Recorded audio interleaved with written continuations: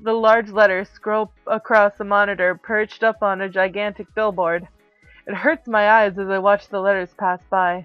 This must be the event Granny was talking about. I definitely need to go to this one. In the end, that was all the information I got from prowling the streets. I'm fed up with the amount of praise and recognition of Toei floating around in Platinum Jail. That was really tiring. You were walking the whole time? Mm-hmm. Let's head to the main street, Ren. Navigation, please. Understood. I give up on my search for any bit of information and head in the direction of my lodging. On my way, I drop by a convenient fast food place and grab something to eat. I get irritated when I have an empty stomach. Getting rid of hunger is one of the more important things in life.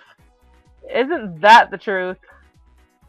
Even if it's fast food, it's from Platinum Jail. I got a bit flustered as the shop was a lot more stylish than the one at home. But I managed to buy food in peace and went on following Ren to the place where we were going. The residential buildings were all in sections and beautiful homes lined up in a row next to one another. Inside, our place was a small little building. The exteriors all looked the same, but it somehow had an old-fashioned feel to it. Glitter? Ugh. Above the door, a plate reads Glitter. The place next to us had a different name inscribed, so they must all have their own names. I hold up my coil up to the monitor next to the door, and the retro-style doorknob turns. Well, this seems like a nice place. I walk through the doorway, and the inside is astonishing. It's different from what I thought it would be. The interior has a classical feeling to it. There's a large clock, a table, a sofa, and all the furniture looks completely untouched. This is awesome! I go up the staircase and check out the second floor. Oh wow. The stairs to the second floor go up to a living room where there's a TV, another sofa, and a small bar counter. And stocked with booze, it seems. Down the hallway are some rooms, most likely bedrooms. I'm done checking out the second floor and go back downstairs and sit on the sofa. I put all the fast food I bought on the table. I thought that the food here would be really expensive, but it actually isn't that bad. Now, I wonder what it'll taste like. I take one bite of a hamburger. The meat's texture is different. I can't describe it exactly, but it tastes like it's higher quality. Not that it makes any difference to me. With just one bite, I miss the taste of the crappy hamburgers in the old resident district. While munching on my hamburger, I check my coil.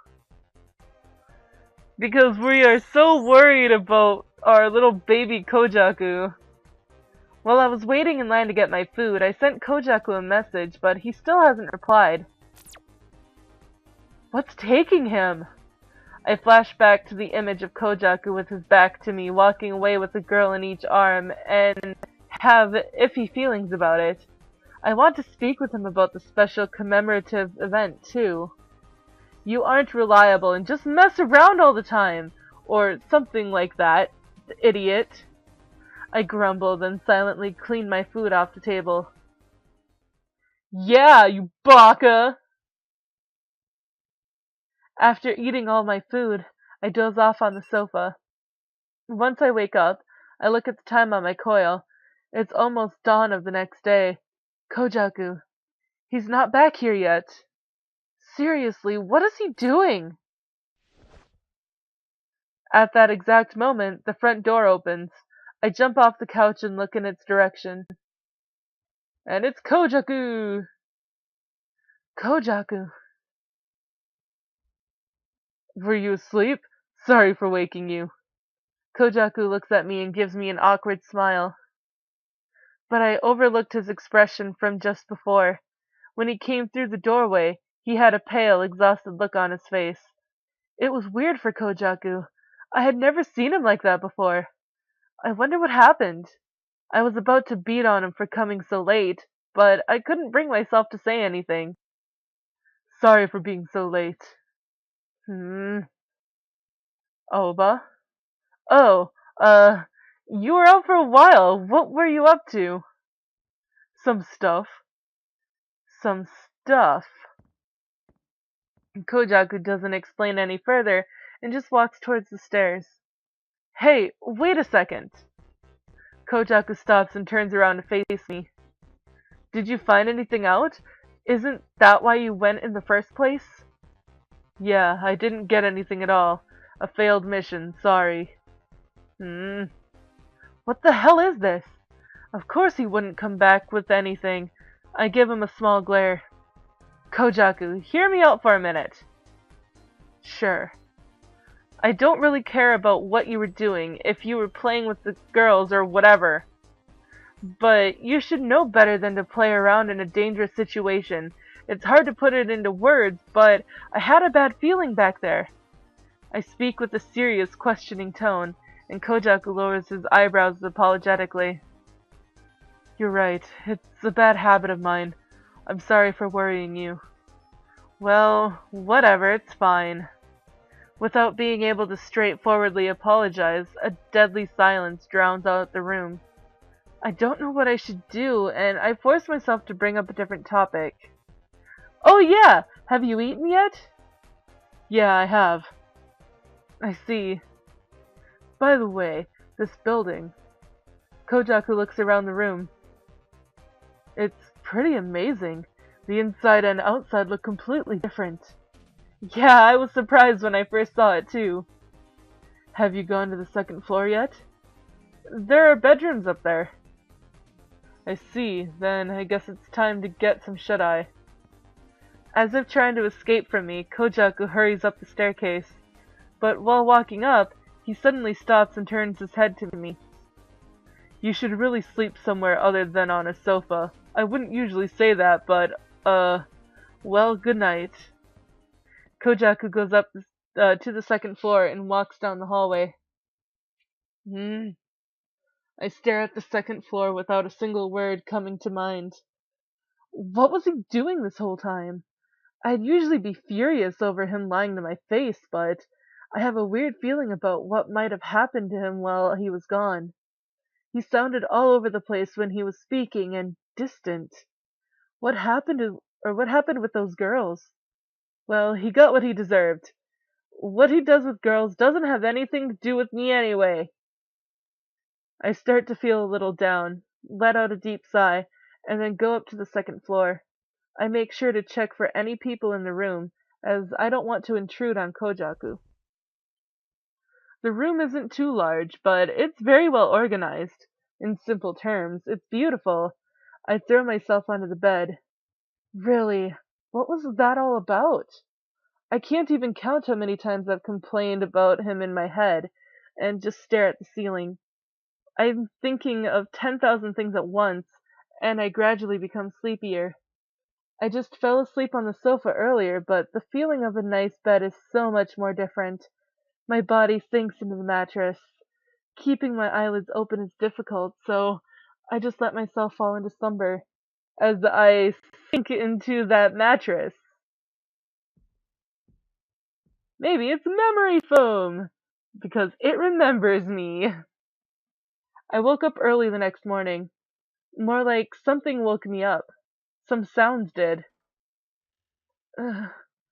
I can hear something from downstairs on the first floor. First floor. The entryway? Is it Kojaku? I get up, leave my room, and peek down the stairs.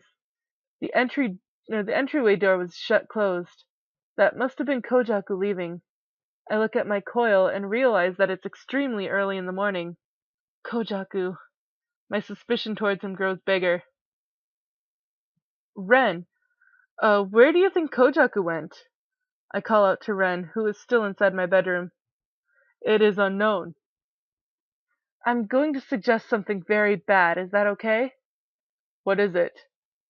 Let's follow Kojaku. I won't say whether that's good or bad. I mean, it's obvious something's up. There's no way he knows anyone in Platinum Jail either. He might just be sneaking around or something. There is the possibility. If he's just going out to buy some breakfast, that's fine too. Let's go. as we are going to stalk Kojaku.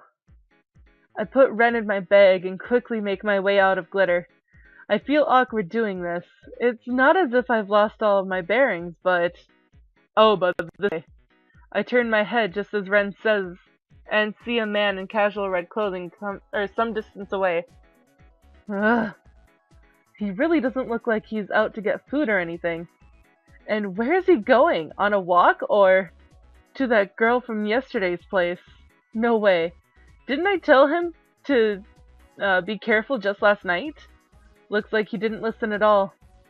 I'm not clear on where exactly he's heading, but I try to decide quickly, which is what I wanted to do, but I'm not able to calm my suspicions at all. Oba, you're thinking too hard again. I know. I wonder what Kojaku could be thinking. All I can do is wait and believe in him. I can't just follow him around like this all day. I need to get more information on Toei, but I can't get my mind off Kojaku either. Where is he going? More than suspecting him, I just want to know where he's heading to so I can feel at ease. I'm drowning in guilt and start to chase after Kojaku, hoping I won't get caught. Yep, it's not really chasing, we're more like stalking his ass. In the end, Kojaku really was meeting up with the girl from yesterday. She easily slips to Kojaku's side and starts walking along with him, arms linked together, so they were just on a date. Yesterday there were two of them, but today she's alone. She's probably the girl with the tattoo on her neck. They look just like a couple walking down the road together like that. They leisurely walk down Main Street and then across to the other side. I follow behind, making sure I don't lose sight of them. While passing through the street, they come up to a rectangular building. They go inside. I stop in my tracks and just gaze at the building. There's no signs or information on the building, just men in suits standing at the entrance. I have no idea what this building could be for, and it doesn't seem like it's one open to the public either. That's the feeling I get. Kojaku. I knew it. He's kept quiet and just left me to go meet with that girl from yesterday. My anxiety and hope both transform into pure disappointment. He did all that just to see this girl? He could have just told me that he was smitten with her, but he didn't say a single word to me. No persuasive ability at all. Oba. I suffer from exhaustion more than anger. Kojaku and that girl. What kind of place did they just go into? I get closer to the building, and the men in suits hold out their arms, gesturing that I'm not allowed in. Any proof of your membership on you? Nope. This is a members-only place. The general public cannot enter. I have a friend in there right now. Please call him yourself. No, but Please call him yourself. This isn't going to work. I'm not getting anywhere. I might as well get out of here now. What? Just now, something touched my hair. I turn around and someone suddenly grabs onto my shoulder. Huh? Oh God. Who is this guy? Sorry to have made you wait.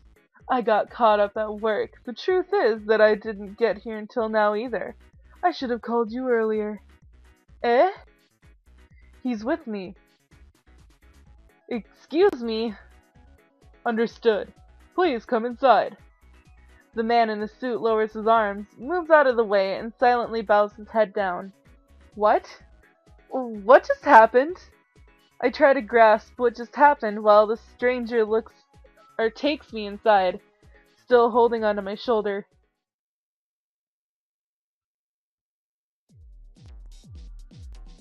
Yeah, let's party it up!